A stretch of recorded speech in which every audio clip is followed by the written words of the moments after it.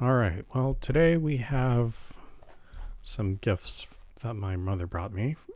Noix Walnut Cookies, and my guess is that this is from the Japan airport. I have no idea what it looks like or what's inside, but let's go ahead and dig right in.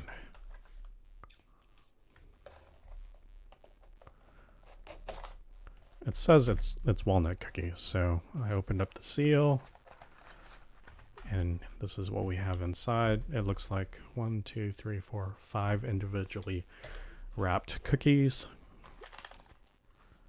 and something in Japanese. Nothing on the other side. Oh, 6 cookies. Let's go ahead and open up one of these.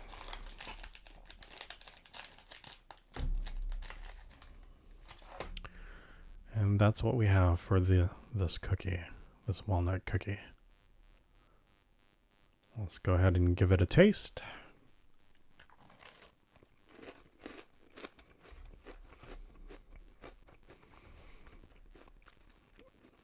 It's sweet, and it definitely has a lot of that walnut taste to it. Thanks for watching.